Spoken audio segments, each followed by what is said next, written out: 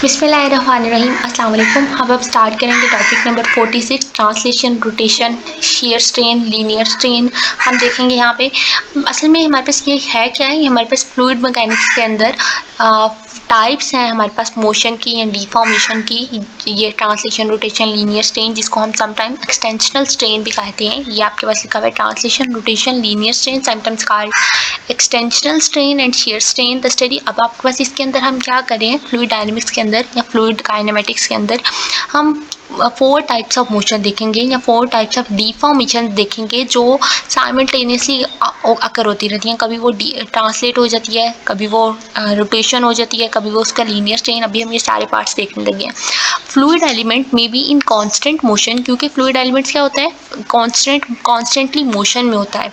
It is preferable in fluid dynamics to describe the motion and deformation of fluid element in terms of rate. तो हमारे पास ये preferable है कि हम उस फ्लूइड एलिमेंट की मोशन, उसकी डिफॉर्मेशन को किस टर्म में डिस्क्राइब करें, रेट की टर्म में। रेट क्या होता है, रेट बेसिकली हमारे पास d/t, अगर वो आपको कहते हैं ना रेट ऑफ चेंज, मतलब कि हमारे पास जितने टाइम में उसका चेंज हुआ वो हमारे पास क्या है, रेट ऑफ चेंज है। तो रेट ऑफ चेंज अगर वो कह रहे हैं तो d/dt। अभी हम टर्म रेट की में देखने लगे हैं, अभी हम इसको और ज़्यादा देखेंगे कि हमारे पास यहाँ पे रेट क्या है। वी डिस्कस वेलोसिटी, हम यहाँ पे इसकी वेलोसिटी को डिस्कस करेंगे, जैसे जिसमें रेट ऑफ ट्रांसलेशन है। एंगुलर वेलोसिटी, जिसका second name rotation, rate of rotation है। लीनियर स्ट्रेन रेट, जिसको रेट ऑफ लीनियर स्ट्रेन कहते हैं। उसके बाद शेयर स्ट्रेन रेट, जिसको रेट ऑफ शेयर स्ट्रेन कहते हैं।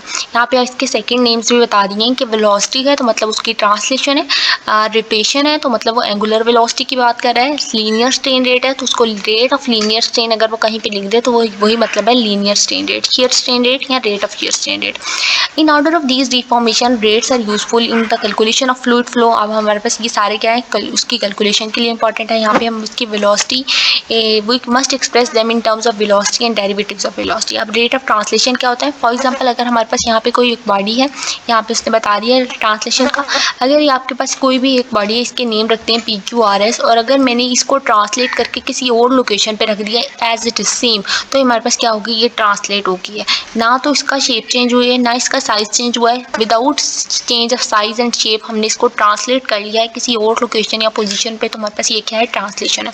रेट ऑफ ट्रांसलेशन वेक्टर, मतलब कि हमारे पास उसका velocity vector is describe, velocity vector है ना, ट्रांसलेशन क्या है, वेलोसिटी है। तो हमारे पास जो वेलोसिटी वेक्टर है वो इन टर्म्स ऑफ IJ के यूनिट वेक्टर्स में डिस्क्राइब किया जाता है, XYZ डायरेक्शन में। फॉर एग्जांपल अगर मैं इसको वेलोसिटी वेक्टर को एक्सप्लेन करूँ तो ये हमारे पास उसकी एक्स डायरेक्शन, ये वाली एक्स डायरेक्शन, ये वाली वाई डायरेक्शन, और ये जो नीचे आएगी वो जेड डायरेक्शन। तो एक्स इन टर्म्स ऑफ हम क्या लिखते हैं, यू लिखते हैं, y in terms of v लिखते हैं, और जेड इन टर्म्स ऑफ डब्ल्यू लिखते हैं। तो हमने उस वेलोसिटी वेक्टर को r is equal to XIYJ Z को क्या लिख दिया, वेलोसिटी वेक्टर को UIVJW के लिख दिया। तो हमने इसको जब ट्रांसलेट किया तो हमारे पास उसका mathematically velocity vector Cartesian coordinate के अंदर ये आया।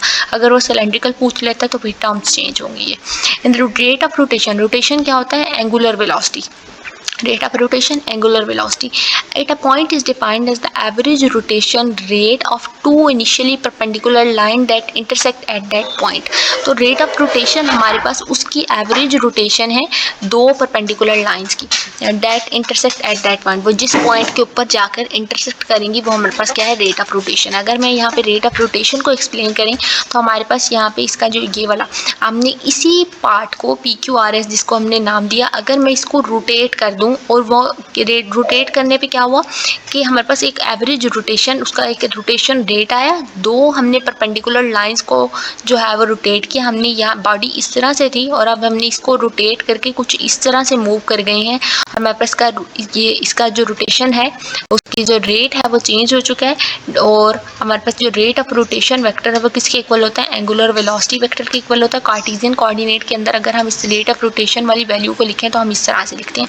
कार्टेशियन कोऑर्डिनेट के अंदर हम किस तरह से इस वैल्यूज़ को लिखेंगे, हाँ यहाँ पे अगर W वाली टर्म्स हैं ओके, और यहाँ माइनस ओके, ओके, यहाँ पे आपके पास अगर आप इसको 1/2 आपके पास जो भी वैल्यू है, जैसे हम कार्टेशियन कोऑर्डिनेट सिस्टम के अंदर वो कह रहा है, तो हम क्या करेंगे, आपके पास जो डेल है, डेल वाली वैल्यू लिखें partial by partial x, partial by partial y, partial by partial डब्ल्यू, sorry partial by partial z, और नीचे आप टर्म्स लिख लें यू वी डब्ल्यू, और उनका क्रॉस प्रोडक्ट ले लें जैसे हमने लास्ट टाइम देखा था। मैं अगर थोड़ा सा लिख के बताऊँ तो आपके पास यहाँ पे जैसे यहाँ पे कुछ लिखा हुआ है, बहुत ज़्यादा टर्म्स तो नहीं यहाँ पे एक्सप्लेन चलें, हम यहाँ पे आई, फिर यहाँ जे, और यहाँ पे के वाली टर्म लिखते हैं, और फिर यहाँ पार्शियल बाय पार्शियल एक्स। अब आपने ये वाली क्रॉस प्रोडक्ट खुद करनी है, इसका डिटर्मिनेंट खुद लेना है ताकि आपकी प्रैक्टिस भी हो जाए। पार्शियल बाय पार्शियल वाई, और फिर जो नेक्स्ट वाली टर्म है वो पार्शियल बाय पार्शियल जेड लिखेंगे आप, और नीचे जो लिखेंगे वो लिखेंगे यू वी डब्ल्यू,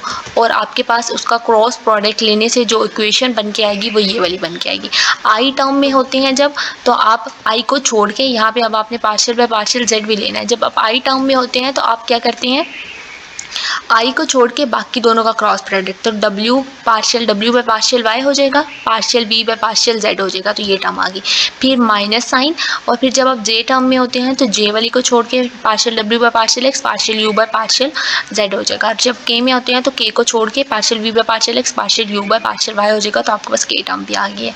ये हो गया आपके पास एंगुलर वेलोसिटी का component in terms of Cartesian coordinate system, और हमारे पास यही रेट ऑफ रोटेशन है जो कि एंगुलर वेलोसिटी वेक्टर के इक्वल होता है। इसके बाद आपके पास यहाँ पे भी देख लेते हैं, अगर कोई चीज़ एक्स्ट्रा है तो हम उसको साथ साथ ही क्लियर कर लें। आपके पास ये वाला कंपोनेंट हो गया। अब हमारे पास जो नेक्स्ट टॉपिक है वह linear strain rate. Linear strain rate क्या होता है? लीनियर स्ट्रेन रेट को हम डिफाइन करते हैं rate of increase in length per unit length, मतलब कि हमारे पास उसकी जितनी लेंथ इंक्रीज हुई और उस लेंथ को पर यूनिट लेंथ से अगेन डिवाइड कर देंगे तो हमारे पास लीनियर स्ट्रेन रेट आ जाएगा।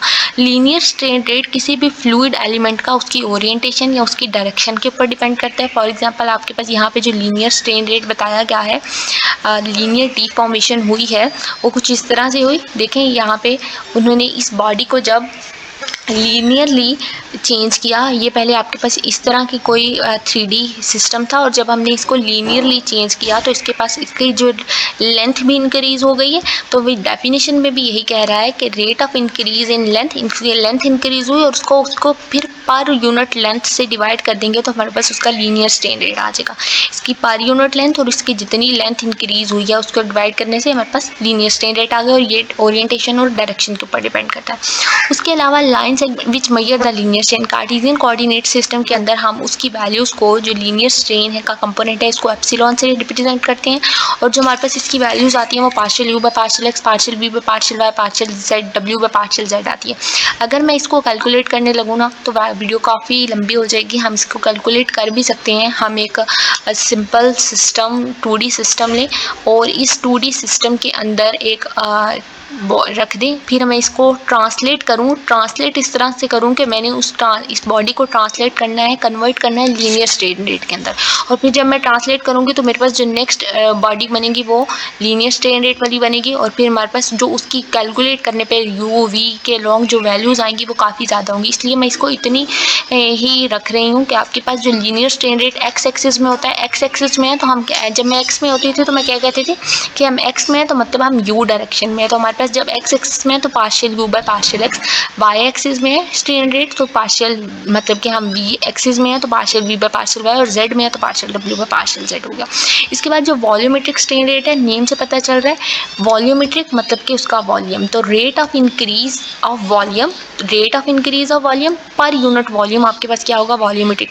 अब मैं इसकी डेफिनेशन को फॉर्मूले में जो है वो रखते हैं। Rate of increase of volume, rate का क्या मतलब है, डी बाई डी टी, और किसका rate of increase of volume है, हमारे पास वॉल्यूम की टर्म लिखी है तो हमारे पास D by D T of, यहाँ पे डी के साथ क्या आ जाएगा, ये डी बाई डी टी हमें रेट को रिप्रेजेंट कर रहा है, वी हमारे पास वॉल्यूम होगा, तो rate of increase of volume, और आगे क्या है पर यूनिट वॉल्यूम, मतलब कि पर का क्या मतलब है, आपके पास डिवाइड हो रहा है, वन डिवाइड हो रहा है, और यूनिट का मतलब 1, और वॉल्यूम से डिवाइड हो रहा है तो आपके पास 1/v, तो 1/v d v over d t हमारे पास किसके इक्वल आ गया है, वॉल्यूमेट्रिक स्ट्रेन रेट आ गया। और इसके अंदर आपके पास ये किसके इक्वल होता है, ये आपके पास इस स्ट्रेन रेट की वैल्यूज़ के epsilon X, epsilon Y, epsilon Z की वैल्यूज़ की, मतलब कि ये किसके इक्वल है, partial you by partial X जमा partial v by partial y plus partial w by partial z, इन तीनों का सम आपके पास वॉल्यूमेट्रिक स्ट्रेन रेट है।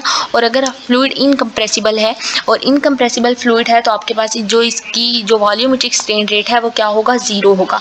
आप इस टर्म्स को, हम इस टर्म को किसी और तरह से भी लिख सकते थे, जो आपके पास ये वाली टर्म इन सब का सम किया तो आपके पास partial u by partial x, partial v by partial y, partial w by partial z बना। और ये जो partial partial x, partial partial y, partial by partial z होता है, ये क्या होता है हमारे पास जब हमने इसका सम कर लिया, ये होता है डेल। और ये जो u v w टर्म्स हैं ये क्या होती है हमारे पास v के इक्वल होता है, ये हमारे पास वेक्टर वेलोसिटी वेक्टर है, तो डेल डॉट v, तो वॉल्यूमेट्रिक स्ट्रेन रेट हमारे पास डेल डॉट v के इक्वल हो गया।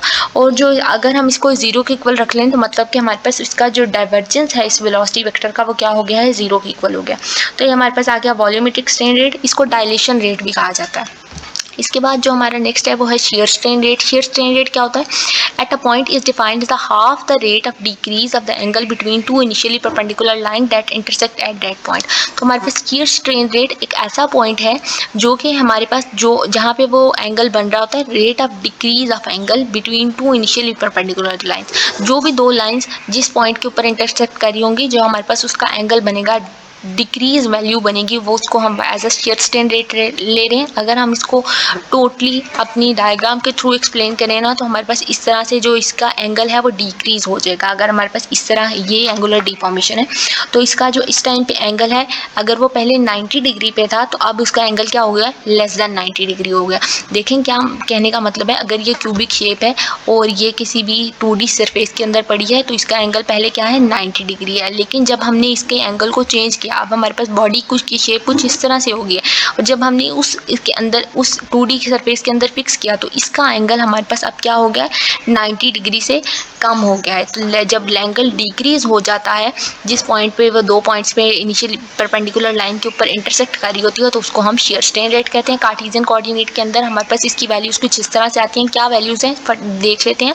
जब हमारे पास एक्स वाई डायरेक्शन में है, एक्स वाई डायरेक्शन का मतलब है आपने जो भी वैल्यू लिखनी है आपने उसके साथ 1/2 लिखना है। जब आप एक्स वाई डायरेक्शन के अंदर हैं तो आपने सबसे पहले तो आपने लिख लिया पार्शियल बाय पार्शियल एक्स, और जो आपके पास जो एक्स वाई में है तो पार्शियल बाय पार्शियल एक्स और पार्शियल बाय पार्शियल वाई दोनों टर्म्स आ गई।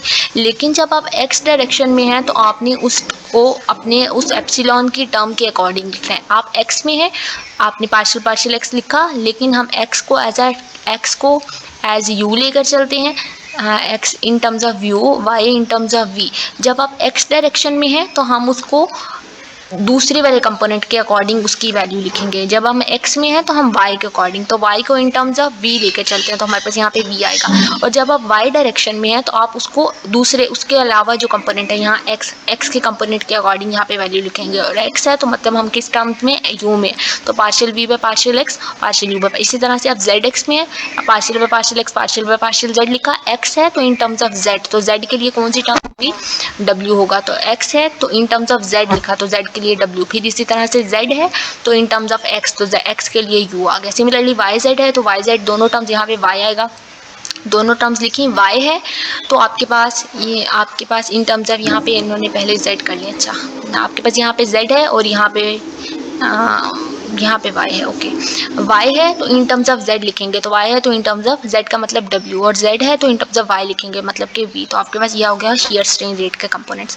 इसके अलावा discussion on shear strain rate. Shear strain rate के ऊपर हमारे पास कुछ वैल्यूज़ हैं, वो क्या वैल्यूज़ हैं यहाँ पे बताई गई हैं। वो can mathematically combine linear strain rate और शियर स्ट्रेन रेट। अगर हम लीनियर और शियर स्ट्रेन दोनों को वैल्यूज़ को कंबाइन कर लें, हमारे पास जो लीनियर स्ट्रेन रेट के कंपोनेंट है वो डायगोनल के लॉन्ग कंपोनेंट है, epsilon x x, epsilon y y, epsilon z Z.